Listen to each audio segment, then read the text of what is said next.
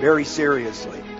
This is simply about putting it out of reach of young, innocent, vulnerable children and making our libraries and schools a safe place for them to go. And I am increasingly frustrated that we cannot stop ourselves from drinking at the public trough. He's sounding the alarm. He's saying if we don't address these issues, we potentially might have greater problems moving forward.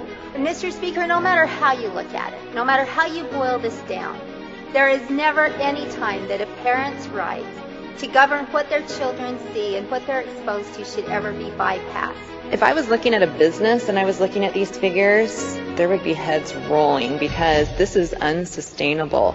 We're supposed to be bottom-up government. We're supposed to be representing my citizens' ideas and your citizens' ideas, and we're supposed to be discussing them and debating them to come to a conclusion. We need to start making Idaho first. We need to start making America first. We need to be protecting our First Amendment rights, not inventing ways to slowly chip away at them. The First Amendment and our freedom of religion, freedom of speech are our first liberties. They are so important. We don't have the rest without them.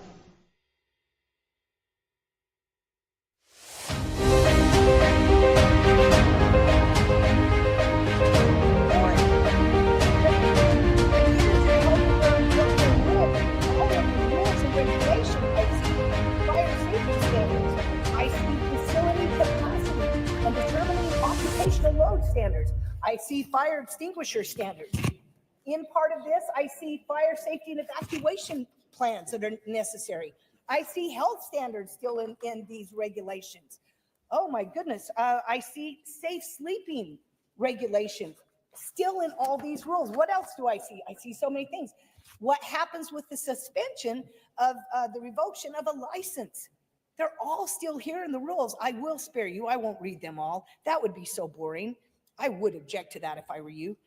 but we aren't dropping the regulations. We aren't dropping the regulations. You still need a background check. You still need that. Okay? You're still going to need the license depending on what kind of facility you want. And then the cities are still going to be able to inspect, they've got their fire code, and depending on how big if you've got the big. All right, folks, what's happening right now is House Bill 243 being presented by Representative Barbara Ehart. This would deregulate daycares. This would make it easier for people to start daycares. We talk a lot about wanting to have more of child care availability, and this bill here and you heard her a little bit there talking about this isn't going to be removing protections, that keep children safe and that make sure that they go through the proper channels. But it's to make it easier for people to have daycares, so that way they can offer services, and that way we can get more childcare out in the state of Idaho. You hear it all the time. The government just wants to spend more money of our money, your money, creating programs and giving more money to schools and opening up, start wanting to fund preschools and that sort of thing. But if we just opened up the market a little bit more, then the private market can help solve this issue here. So the good news is, for those who are fans of Representative Ehart like I am, is that she's got quite a few bills today. So we're going to be dipping in and out of the House floor today. Let me just get you up to speed. So this is the daycare deregulation, the daycare licensing. She also has another bill that would deal with child protection services and make it better for the child in those situations. There's also House Bill 264, which deals with protecting women in state-run facilities like prisons or juvenile detention centers from having to be subject to this transgender men invading their spaces. So that's another good bill. We're also paying attention to House Bill 278. Dealing with election filings. Also, if they get to it today, it's going to be a busy day on the floor. House Bill 109 deals with the SNAP benefits, excluding soda and candy. So that barely made it out of committee. It's made a bunch of headlines across the state, and that'll be debated on the floor. So if that happens, we'll go there as well.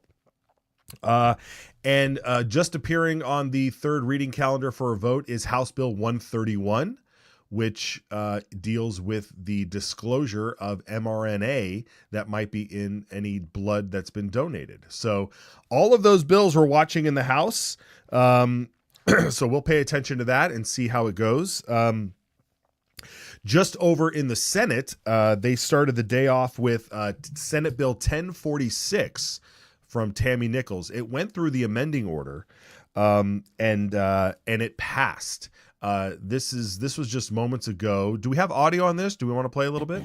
To birth and does not extend to broader topics like sexual activity, puberty, consent, or healthy relationships that are typically found in sex education discussions.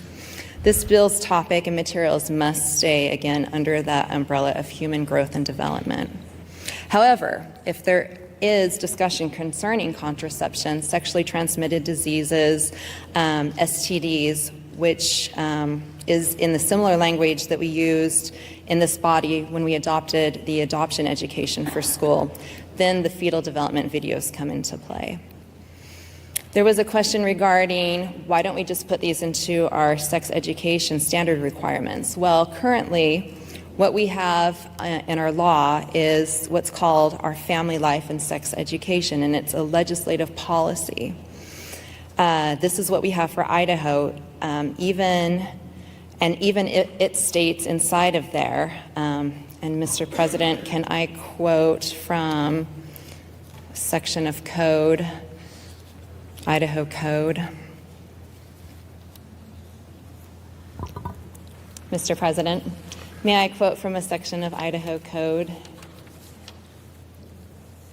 I believe that you always have permission to read from the code, the Constitution, and other things that you sort decide. So go ahead. Okay, thank you, Mr. President. So in our current law in Section 33-1608, which is the Family Life and Sex Education Legislative Policy, it says, it gives purview to the school districts, but it says that the programs that are used should supplement the work in the home and the church in giving youth the scientific, physiological information for understanding sex and its relation to the miracle of life. Now, again, we already have standards, education standards that are teaching biology, and so this is adding that additional realistic conception of what the miracle of life actually is. So again, this is not a sex education bill, it's a human growth and development bill. And this bill goes into the courses of instruction under education, and it's not in the family life and sex education policy section. There was a question in regards to what is age appropriate. Well, we already use that term in Idaho Code, so it's already something that we have been utilizing, and so this is consistent with that. And then nothing in this bill takes away from parents to be able to opt their children out of anything they wish. But we, again, are already introducing biology and human growth and development, starting as early as first grade, but more directly starting in third grade. And I don't know of any biology classes myself in school that parents have to opt into. It's just usually part of the science and health portion. So, Mr. President, again, this is a good bill. This is making sure that we are utilizing and including real life biology, real life development, planting that seed, and giving scientific physiological information that is the foundation of human growth and development. By passing Senate Bill 1046, we're not only teaching biology, we are empowering Idaho students to make informed, responsible decisions. We are fostering respect of life, and we are providing our youth with the tools that they need to navigate their relationships, health, and reproductive decisions thoughtfully and responsibly as they continue to mature and grow. Again, yesterday there was letters of support that were on your desk, and so if you still have those, please refer to those. There were a few from some of our adoption agencies, Mr. President, and and really emphasize the need for this. There are states that have this also in their educational classrooms. And so, Mr. President, I just urge a yes vote on this. It is good legislation. It is pro-life, and we are a pro-life state. And with that, Mr. President, debate is closed. Debate is closed. The question Yes, before the Senate very is... good. Did we lose my camera again?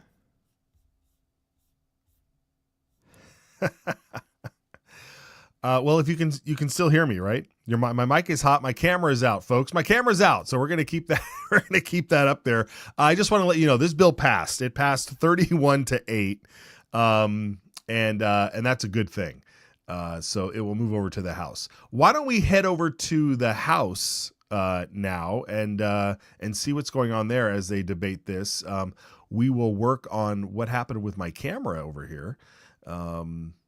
Or maybe we'll just do an audio only show.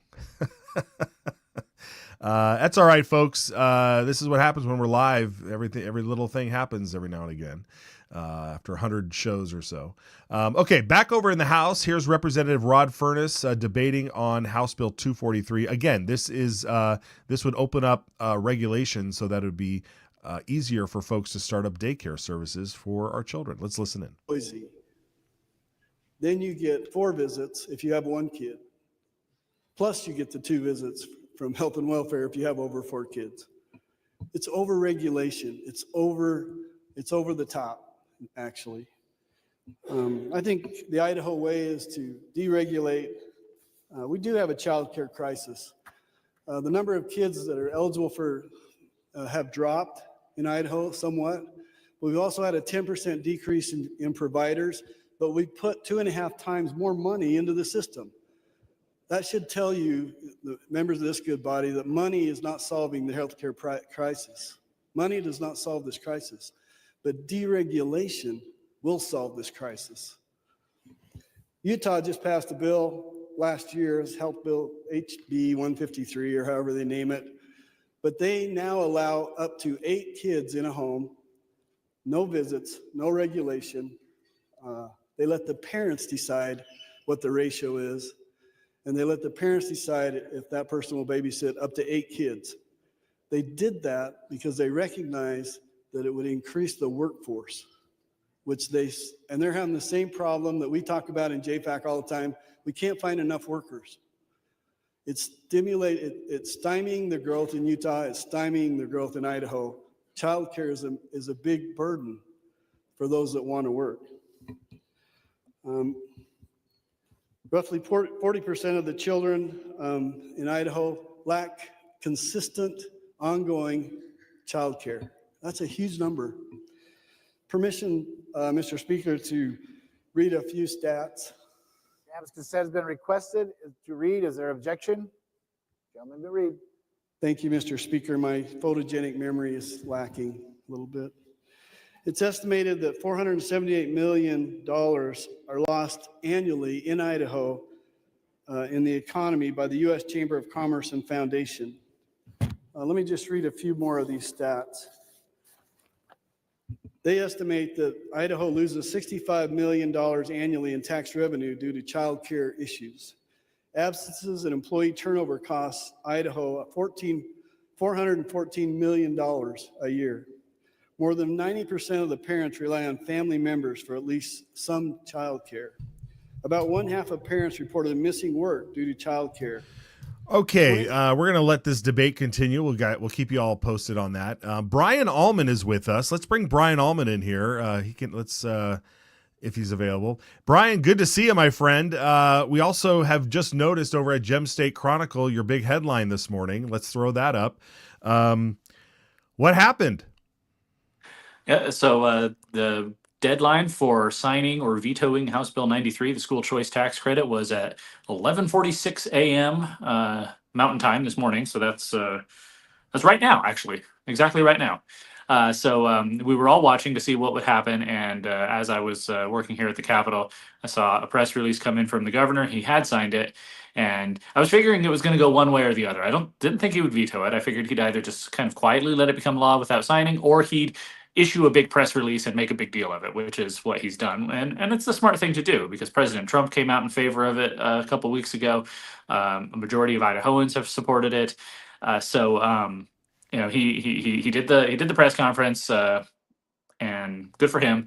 Also, if you read the press conference, notice that he's tying it in with the launch grant. And he's tying them together as education freedom from kindergarten through their career. So, agree or disagree, it's a savvy political move. But either way, I'm personally happy that the bill is signed, and we'll now see what school choice looks like here in Idaho. Yeah. Now, and just to refresh everybody on what this bill actually does, this would allow for an up to $5,000 refundable tax credit for every student in your household that you claim is being educated outside of the public school system. So, in order to claim this credit, Brian, what do parents have to do in order to show how much money they're spending on their child's education? So, as I understand it, you apply early in the year to see if you're going to be eligible for it because it's a $50 million cap. So, it's first come, first serve with priority toward lower income families. And then they'll tell you if you're eligible, and then make sure to keep your receipts. If you're just paying for tutoring or paying into like a micro school or paying for curricula, keep those receipts. If you're sending your children to a private school, then keep those receipts. And then when you go to file your taxes, you just write down exactly how much you spent on it, and basically itemize them up to $5,000 per eligible student. And then submit it as part of your tax return, and you'll get a tax refund, just like the grocery tax credit, essentially. Right. Now, when you write down the amount, are we scanning our receipt? Are we submitting the name of the school where our child goes, or what program that they were a part of? I mean, do we have those kind of details yet, or are those sort of rules that will come into play afterwards, or are they part of the bill? I don't know anything specifically in the bill about the process of actually writing it down on your tax return. It could just be amounts. It could be amounts with, say, this is tutoring or this is private school, or it could say which private school. I wouldn't think it would be that detailed, just based on what I've heard from people talking about it, the sponsors and the people involved in drafting. But again, we'll see. It's going to be run entirely by the tax commission. So the Department of Education, Board of Education are not going to be involved in this. So it's all, all the regulation of this is really just on the tax side. It's not, they're not going to be trying to decide how you how you educate children, or making any determinations there. Okay.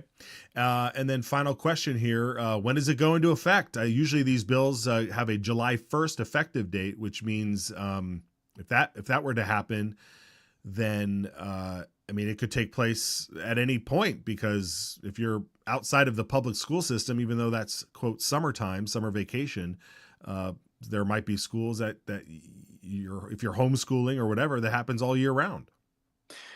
Actually, this bill is retroactively in force as of January 1st of this year. So with the governor signing it, it is now the law of the land. It's in effect. And when people can start actually applying for that, I'm not sure. I would watch for news coming from the tax commission website. Well, look at that. Retroactive. So if you've got it, so it goes back to this year. So it's seemingly at the end of the year when you're filing your taxes for 2025 in 26, right? You may be able to claim the education expenses that you have outside of the public school system here.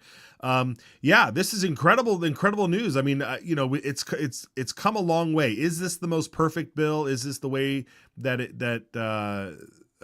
everybody dreamed of when they went to bed at night thinking how we could have school choice?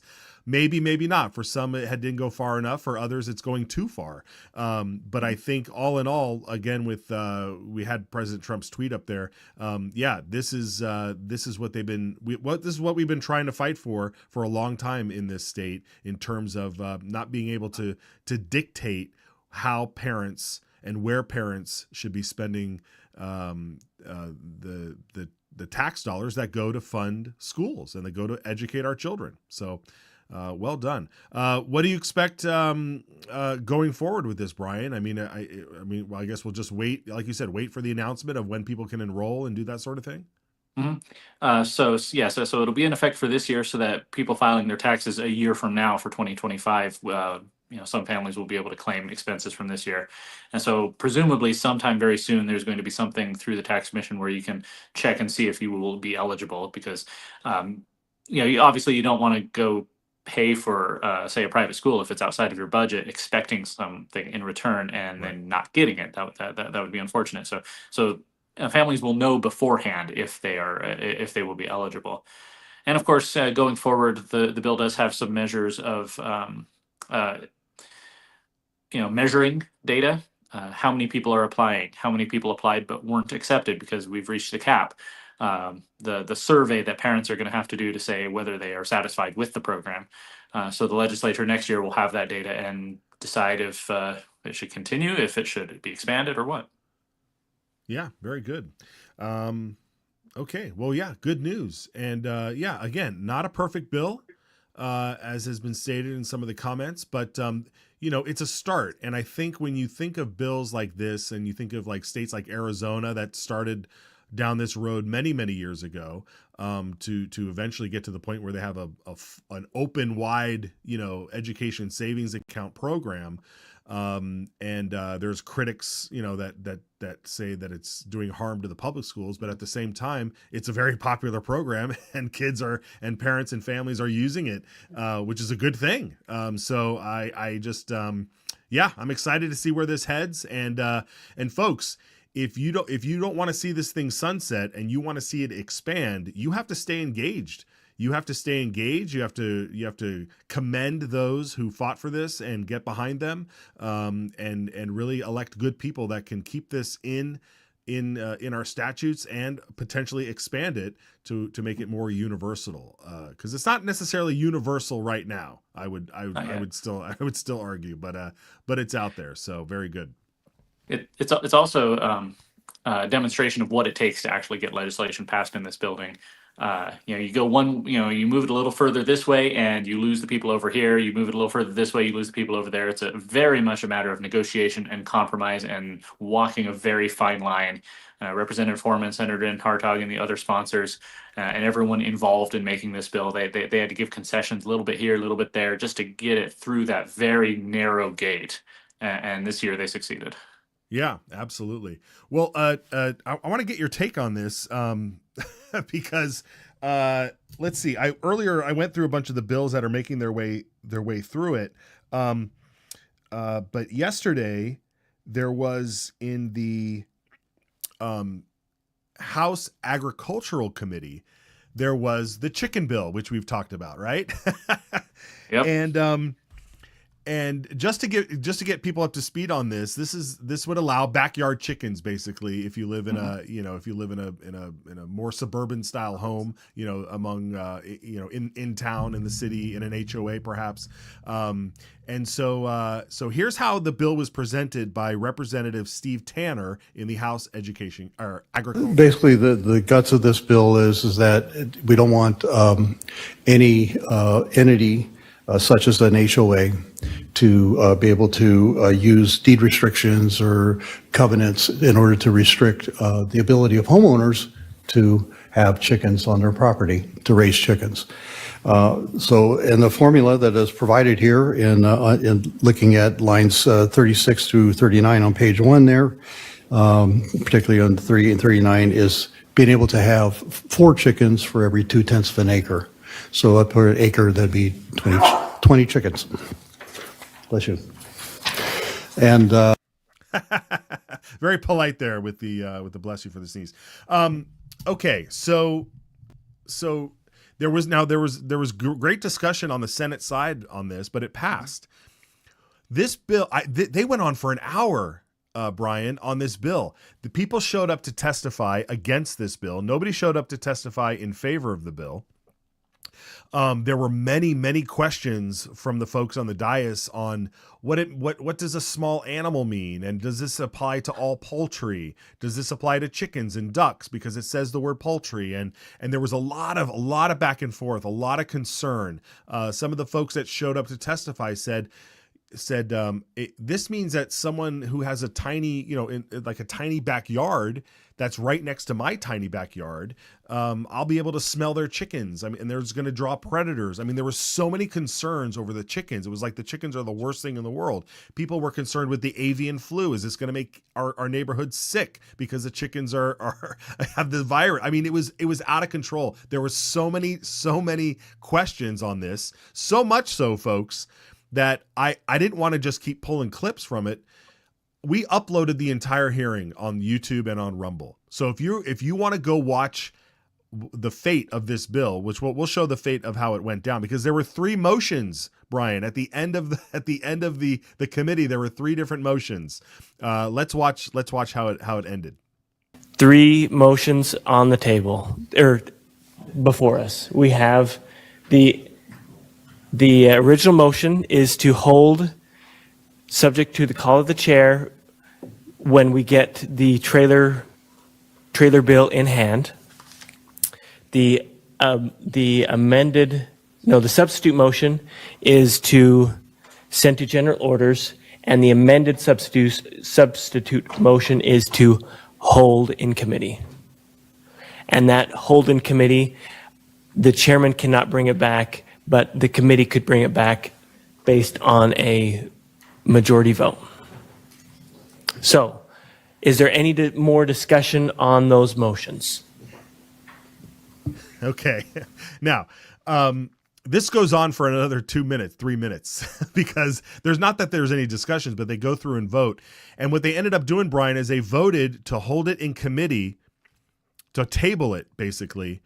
And if a majority of the committee votes to bring it back to hear it again, that they can. So you also heard that there was a trailer bill coming along, and you do want to explain explain to everybody what tabling means, and then bringing it back from committee, and then what a trailer bill is. Well, to lay on the table is a parliamentary procedure. It's a motion you can make under Robert's Rules or Mason's Rules, as the legislature uses, to essentially takes whatever it is you're considering and just put it aside.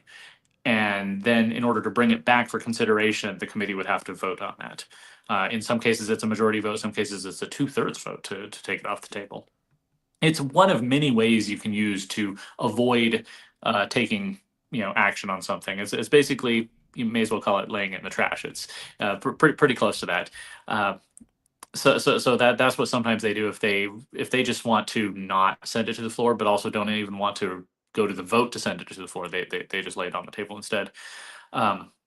Trailer bill. Sometimes a bill starts through the process and then the sponsors or someone realizes that it needs a little bit of tweaking, but instead of wanting to send it to the amending order or reintroduce it entirely, they instead just pass another bill that comes along behind it, so a trailer. So you got the vehicle first and then the trailer being pulled behind it, and it makes a few more additional changes. In this case, I believe Senator Nichols' trailer bill clarifies the definition of small animals, or small scale livestock farming, something to that effect. But the purpose is to either fix something in the original bill or clarify something that it's related to. During the Senate committee hearing, I believe it was Senator Ron Taylor was concerned about the trailer bill because he worried that would mean that this bill, the original bill, the chicken bill, would allow small livestock in addition to chickens, but that's not actually the case. It's just, we've got the one bill that says you can have chickens. The second bill is a trailer bill, is a clarification of the definition of small livestock. Sometimes you run into a problem where your original bill passes, but the trailer bill doesn't, and that can cause a problem. A couple of years ago, the legislature passed a bill that removed the March presidential primary, where people could go vote for their nominees for president, and they sent in a trailer bill to move that primary into May. The original bill passed, trailer bill failed, which means we had no primary, and that's what led to the Republican and Democrat parties holding caucuses to select their nominees. Yeah, I mean, it's a complicated business, folks. It's not as simple as just pass that bill and ban it or pass this bill and allow it. It's pretty wild. It's pretty wild. All of the things that you have to get. And when you have a group of, 35 on one side and 70 on the other, and all these various committees, it can be harebrained. It can be crazy. Hopefully we'll have Representative Kyle Harris on after the House adjourns to kind of ask him about those very things, because he's a freshman this year. He's been watching the legislature before, and we want to know, how different is it now being inside the meat grinder, as it were. Real quickly, House Bill 243, it looks like it passes overwhelmingly in the House. Again, this is on deregulating, allowing daycares to move forward a little bit easier in the state. Looks like most of the Democrats, of course, are always against this, because that means that the state won't have their hands in the rearing of your children, which they hate. So there it is. Okay, good. I'm not sure if they'll adjourn there. It is 12 o'clock, high noon down there in the Capitol, Brian. So they might adjourn for the day, or not even for the day, just for lunch, and then come back after committees as they have been doing. So we'll pay attention to that. Okay, so what happened to the chicken bill? Well, it got tabled, folks. It got tabled. It needs to have a majority of the committee to bring that back. The trailer bill, we don't have to watch Tammy this morning, but she was in her committee this morning presenting that trailer bill on the chickens. When this news broke yesterday, even though, again, this sounds like, oh, is this the end of the world? No, it's not the end of the world, but it's also like something that affects your daily life. If you're looking at the world right now and you're like, wow, I wish I should just go get some chickens, and then you find out you can't. You find out that you live in Idaho and you can't have chickens on your property. It seems so odd. And so this can affect your daily life. And so we want to make sure we're keeping up on that. And it's a great way to kind of show you the process. I mean, it's like I said, it's a complicated process. Okay, very good. Let's see now. Brian, what else did we have on here? We had the chickens. Well, I just want to say real quick about the chickens. That is something that affects me, and that's why I testified for it on the Senate side. I guess I should have made the time to testify for it on the House side, because my city, City of Eagle, says chickens are fine. Our HOA says no chickens allowed, and changing our HOA bylaws is a very complicated and Byzantine process, even more complicated than getting it through the legislature. Yeah, absolutely. One thing I did want to ask you about, Brian, is the SNAP benefits program, eliminating soda and candy. We've been following this, and the news, they're really, I mean, our producers had a clip this morning where they started talking about it again. And you would think that, again, you're like, what is the big deal here? Of eliminating soda and candy from SNAP benefits when we're in a Maha world, right? This is about making America healthy again, and there's absolutely zero health benefits to soda and candy, except maybe making you have dopamine effect and making you feel good for a moment, perhaps, right? You're going to push back on that, Almond? Well, I was going to say Representative Rubel in the committee hearing was worried that the bill's language would cover protein bars. So. Oh, right. Yeah, of course. Yeah.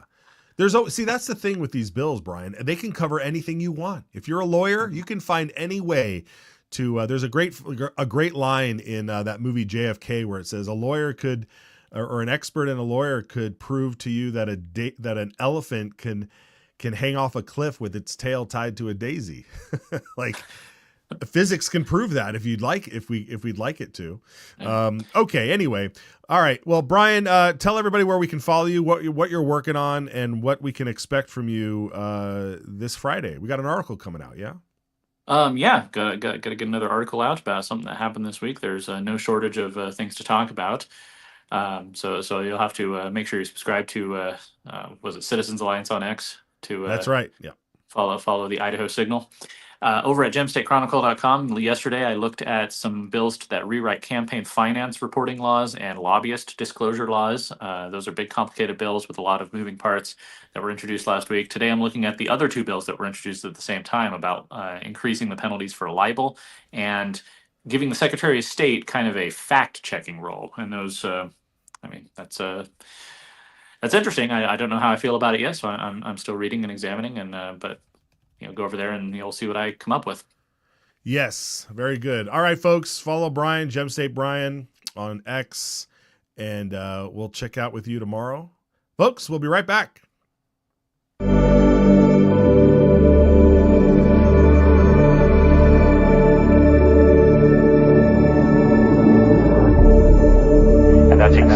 what happened. You want to pull the tape? You can pull the tape because we now got video. The dictionary defines a pledge as something that you give as a sign that you'll keep a promise. As Idahoans, that's what we're looking for in our elected leaders. A sign that they'll keep their word. Talk is cheap, and so are political promises, hidden agendas, and special interests. This is why we created the Citizens Alliance of Idaho Pledge, affirming the values Idahoans have been living by for over 100 years, inspired by the only two documents everyone has agreed to live by. So when an Idaho legislator signs our pledge, inviting voters to publicly hold them accountable, that's what we call political integrity. The pledge restores trust and honesty between voters and their legislators. It means protecting our shared values and ensuring your voice is heard in Boise. And that is priceless.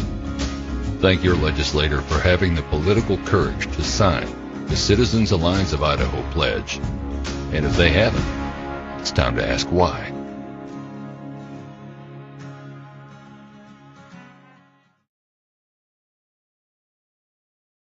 Very good, folks. All right, welcome back.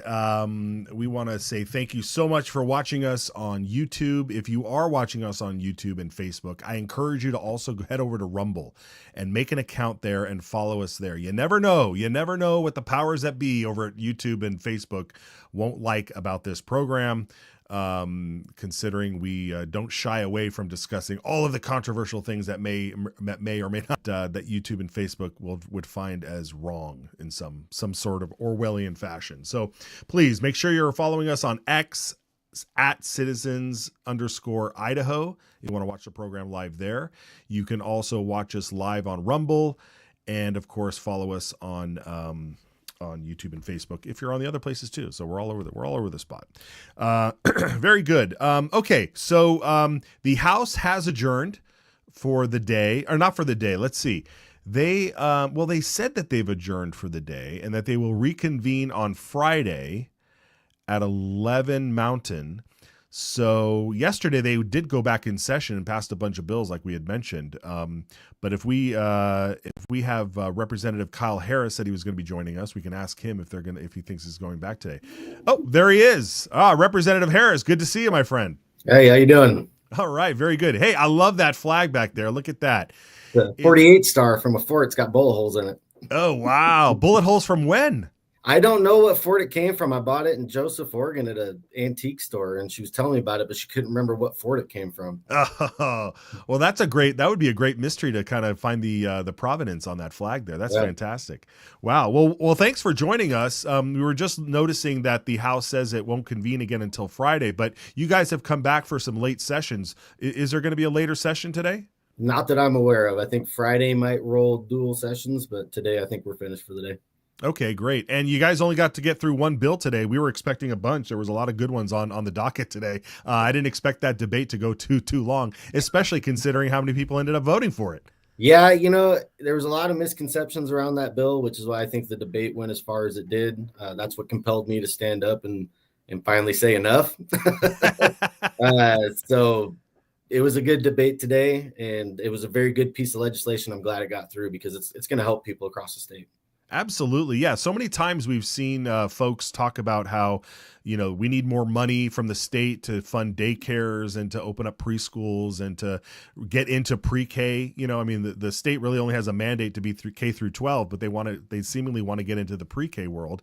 Yeah. And of course, Democrats want if they do want kids in the world, if they do let them out of the womb, they seem to want them in state-run education their entire life anyway. Yeah. So, all right, very good. Well, I wanted to bring you on here because this is your first term. You're a freshman, so we're about a month and a half, or we're about 2 months into the session here.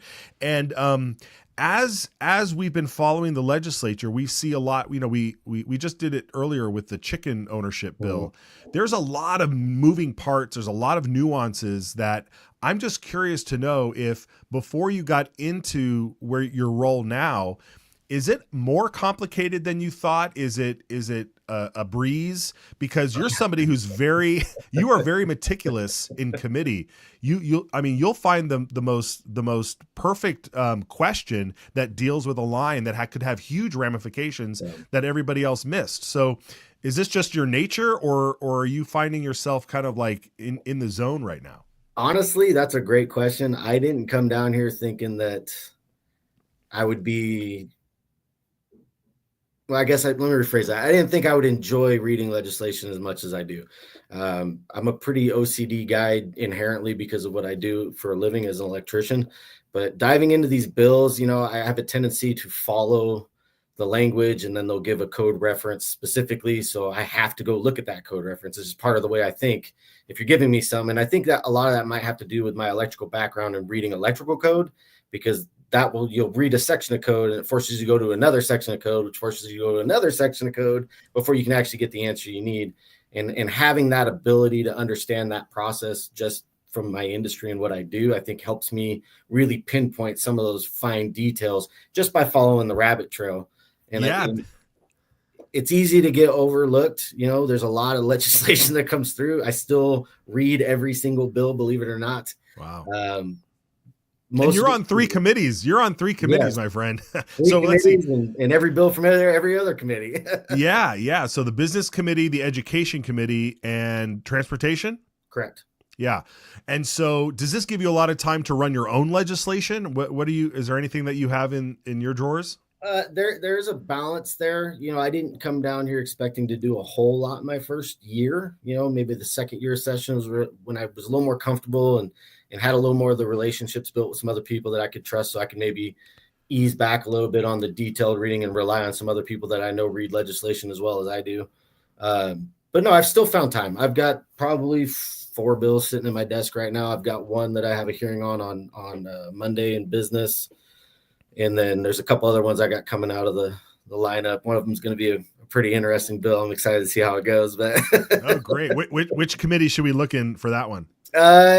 I would imagine it's going to be a state affairs bill. I don't mind sharing with you guys what it is because it's a fantastic bill. But I'd love to hear it. Yeah, if you want to share it here, I'd love to hear it. And the state affairs is everyone's favorite committee because that's where all the action is. So you guys are getting it first, and it's going to make some waves. But essentially, this Monday, I learned that there's no drug testing policy for teachers, no requirements. And so I'm for any of them, none. Not just substitutes, but for any of them? Only under suspicion. Okay. And I'm like, well, these people are dealing with our kids and they're dealing with potential emergency situations. And so I just drafted legislation that says we're going to start drug testing teachers. Wow. That's incredible. And you know what? You've got a good point. I mean, these are people that are with our kids, 8 to 10 hours a day, depending on extracurricular activities and such. And that's a great, I mean, look, when you have to go through background checks and all sorts of things like that at the beginning of the year, but we don't really know what's going on throughout the year. And there has been a lot of instances where we've, that potential for that is there. Wow. Yeah. So I suspect that's going to make waves. I do remember a bill a couple of years ago that dealt with doing that with substitute teachers, and that caused a huge uproar. I don't think it went anywhere, but this will be a good shot across the bow for you. That's great. I mean, at the end of the day, how do you vote no? I mean, we're talking about our kids, right? We're talking about protecting our children. Oh, you're in for a wake-up call. How do you vote no? They'll tell you how they vote. Yeah, but there's industry across the nation that we require pre-employment drug tests for, and most of them have to deal with some sort of safety aspect, right? Yes. And there are safety aspects within teaching. If there is an emergency situation and you might not be clear-headed because you took a pill or smoked a joint or whatever you did on your free time, that's going to play into effect of the safety of that child and how you're going to respond. Yeah. But then you have just the daily safety aspects. If you're not at your sharpest while you're in the classroom, are you catching some things that maybe you'd be missing if you were sober? Right. So I think it's just a common sense thing. It's not a big deal. I'm assuming I'm going to get a lot of pushback, but it's just common sense to me. Yeah, and if you take it to its logical conclusion there, if something were to happen, who is on the hook for it? It's the state, right? Because these people are employees of the state or the school or the county. So it really, there may be criminal charges laid upon them, but they could also put the district at risk or the state at risk. And I hear that argument all the time when they're pushing back on other legislation that may criminalize what happens. And it already happens, right? When you have a teacher, for example, in Lewiston at the Tammany High School, you had teachers got charged with sexual battery with a student. And who's going to pay that bill? Taxpayers are going to pay that bill because it's the insurance company from the state that's going to pay that, and they're going to want to seek retribution for their payment, and we're going to end up footing the bill for that charge. Right. Yeah. Okay, very good. Well, we'll definitely be watching on you say Monday you'll have that hearing, you think? No, Monday is a different bill. This one I haven't introduced yet. I got to do a little bit of tweaking to it. It's in its draft stage right now, but gotcha. Okay. I might hold it until next year just because I want to make sure it gets through, but I don't know yet. Yeah, we'll see. Well, and you got a lot on your plate with 3 committees and being very meticulous with your bills. That's good. So outside of your own legislation, what is something this year that really caught your attention, that you really wanted to get behind, and that you think is really going to be a really, really good for the state of Idaho if it passes? There's a couple really good bills out there. I really liked House 93. I think it still has some flaws.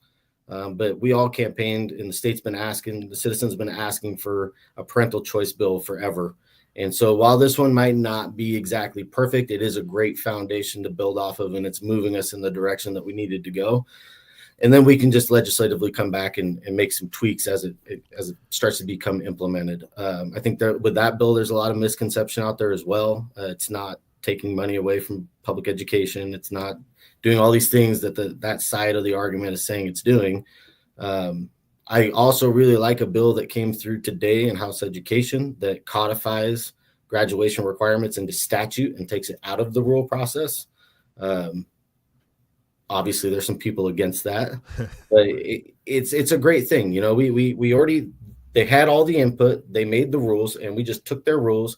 We made a couple minor adjustments, and now we're going to codify them into law. It's the same thing we did with the electrical rules last year. They went and just, instead of having to fight the rule process every year, they said, we're just going to codify this into law. You run your rules for the amendments and we're good. And so this still lets them come to the table with rules, and they can still make suggestions for graduation requirements. But if they want to change any of the requirements, it has to come through the legislator. And really the thought process is, while I'll give them credit for going out there and having their meetings and bringing in teachers and professionals to kind of build those requirements, which is the process they use now, arguably at the end of the day, each one of us is representing 50,000+ people, and we're at the call of 50,000+ people. So if you want to have true input in what your graduation requirements are going to be, you would think your parents would want to be involved in that. And right now it's hard for them to get into that process. And so by putting it into statute, they can write us letters, they can send us emails, they can give us phone calls, they can talk to the school districts, they can talk to the superintendent, and then they can come to us as legislators and say, hey, this is what we're hearing across the state. This is a piece of legislation we'd like to run to pass it, and then we fix it. But this way, it gives more oversight, it gives more control to the legislative body, who at the end of the day is responsible for talking to all of their constituents versus a handful of teachers and professionals. Yeah. Great point. Very good. Well, man, we're glad you're there. One final tip for everybody out there, if you would, what is, when you are looking through these bills and you're, like I said, you're very meticulous looking through it, is there any tips that you can give to somebody on what to look out for? Like certain language that you're like, wait a minute, I don't know, when they sneak stuff by you? The first thing to look for, honestly, is at the very start of the bill. And it's not necessarily always just there, but it'll go through and it'll say, addresses section, blah, blah, blah, blah, blah, subsection, blah, blah, blah, blah, blah, and amends, or it'll say, and amends, and it'll say new chapter. And when it says new chapter, you'll start reading it and you're like, oh yeah, that's exactly what it said in the previous chapter. Because a lot of times what they'll do is they'll take a chapter and say, we don't want it in this department anymore. We're going to move it to this department under this section of code. So they're going to create a new chapter. And so you start reading and you're like, oh yeah, this is all they did was just copy and paste. No. They sneak stuff into that. Wow. Without having to underline it or anything? They know, because it's a new chapter. It's all new. They don't have to underline anything. Right. And so that's how they sneak it in.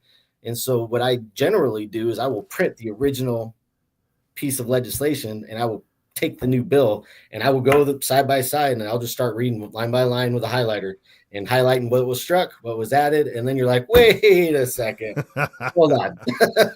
I love it. Very good. That is a great tip. That is a great tip. So anytime you see a new chapter, they are not required to underline any verbiage in that new chapter. Right. Right. Whether or not it looks the same, part of it probably is the same, but I guarantee you there's something different in it. Yeah. Very good.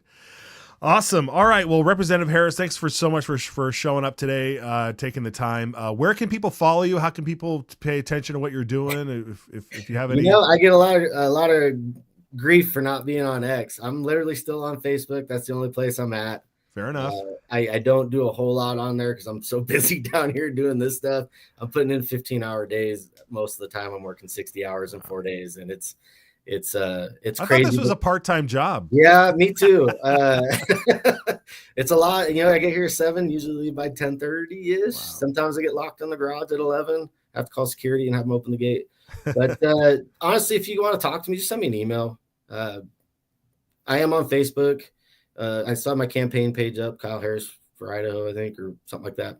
But you can find me on Facebook still. If you want to send me a message on Facebook, that's great. I am starting to post more as the session progresses, and I'm co-signing a lot more things that I'm involved in or a lot more passionate about. A lot of this first part of the session has been a lot of cleanup bills, a lot of personal bills, not a lot of crazy stuff going on. But now you're starting to see some of the big stuff come. Senator Zito's running her preemption bill and stand your ground bill. So I'm 100% on board with that. I've already co-sponsored it. And I'm looking forward to getting that one through. So there's some things coming that I'm really excited about, and I'm going to start following a little more closely and keeping people up to date with. Very good. Awesome. All right. Well, follow him on Facebook, and folks, you can always, we'll have you back, and you can follow you here too. So absolutely. I appreciate you guys. You guys have been awesome. So awesome. Thank you. All right, Representative Harris, we'll check in with you again. Take care. Yeah. Thanks. All right. Very good, folks. All right, let's take a short break. We'll come up and wrap up for the day. Thanks. It's our job to maintain the proper role of government and what we were tasked to do.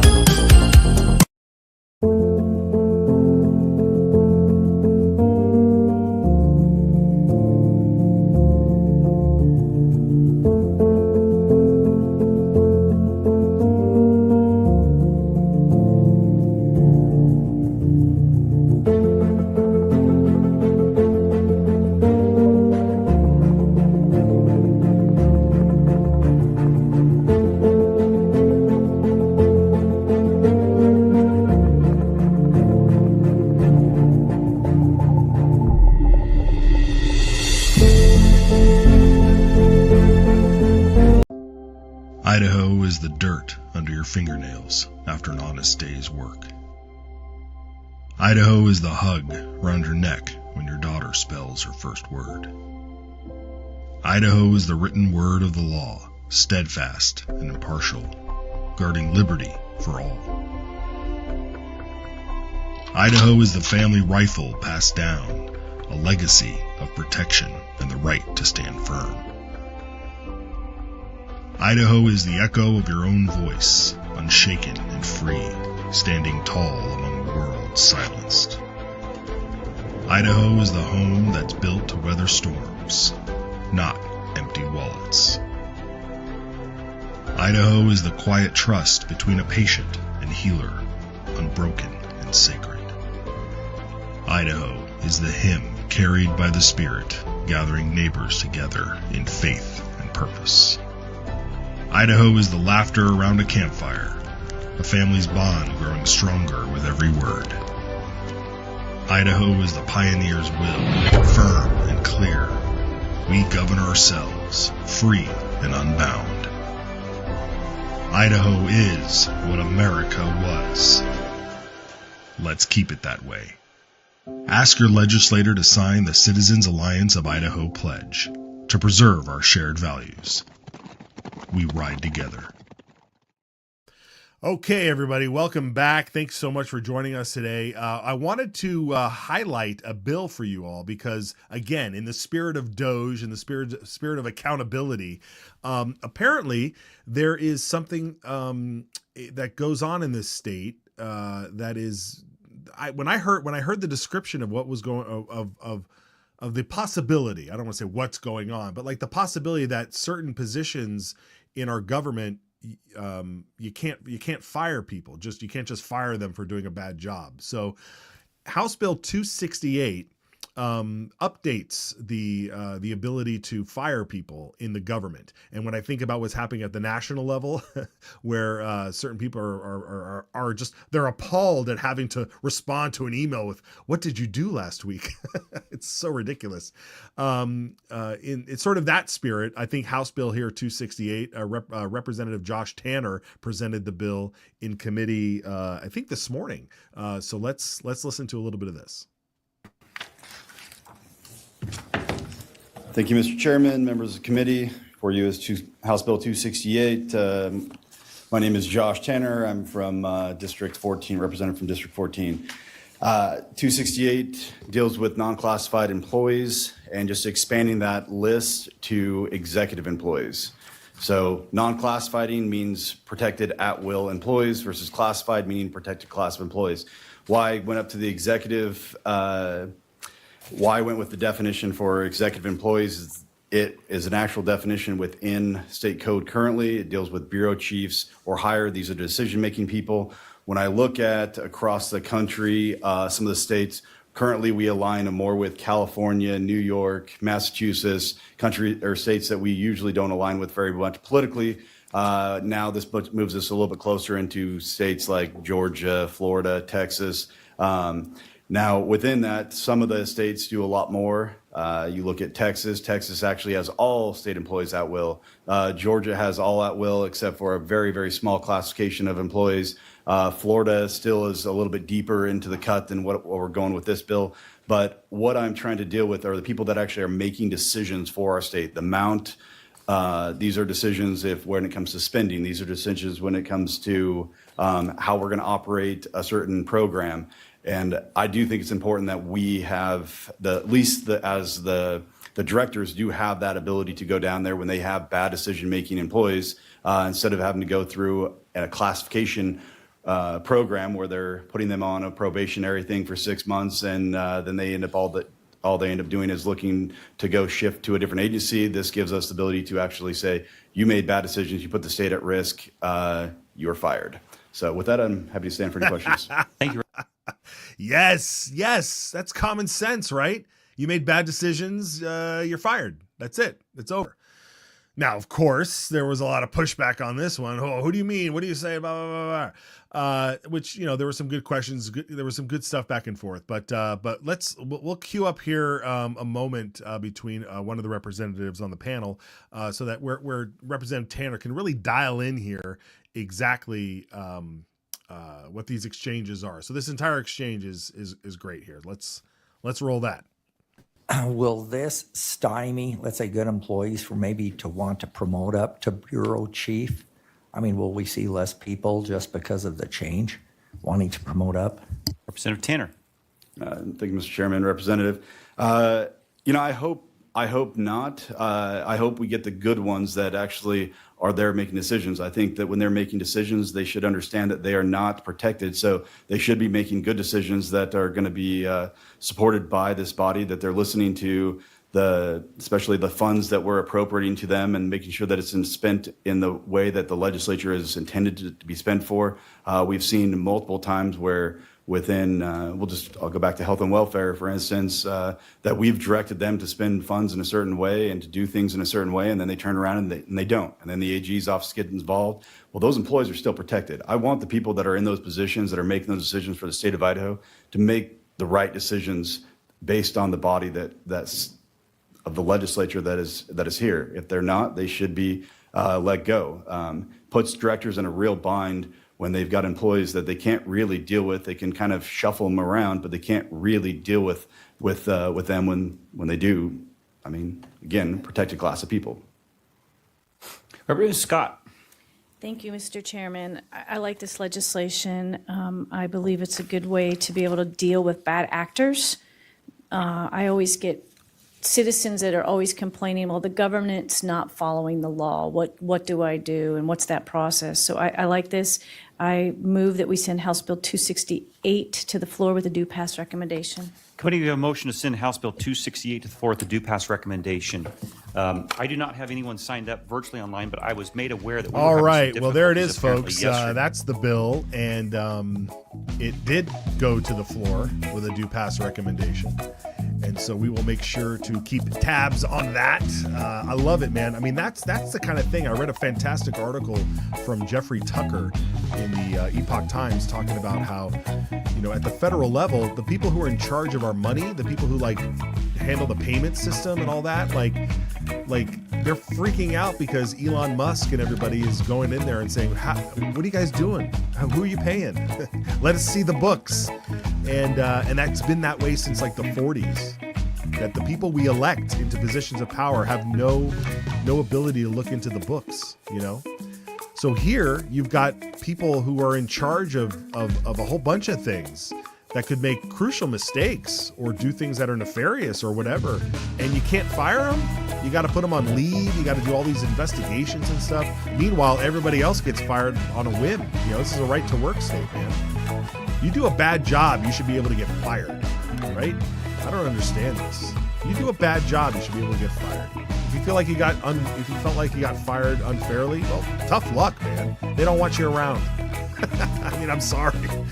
I don't know. And again, do we have the same rules as California, New York, Massachusetts? Meanwhile, Georgia, Florida, Texas, they're going that direction. Which way, Idahoan? Which way shall we go? Which way shall we go? All right, folks, thank you so much for joining us today. We are so grateful that you are with us. We're here every day, live every day, 10:30 Pacific, 11:30 Mountain Time. We're usually on for about an hour. You've got about 2 minutes of bonus footage today, so that's good. We are also, if you want to stream just the audio, you can go to idahosignal.live, and every that day's episode will just be on a loop. And so if you missed any portion of this broadcast, you can head over to idahosignal.live and just listen in the car or while you're out feeding your chickens, if you're so lucky to have some. And of course, YouTube, Rumble, X is where you can find all of the archives.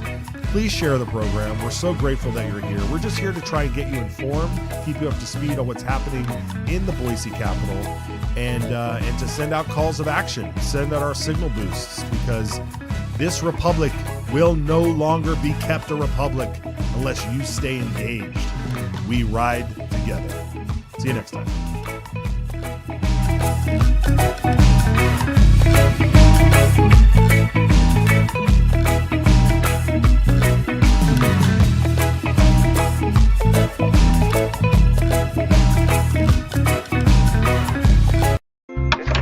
Puts a stake in the ground that says we have a sovereign right to protect what's ours.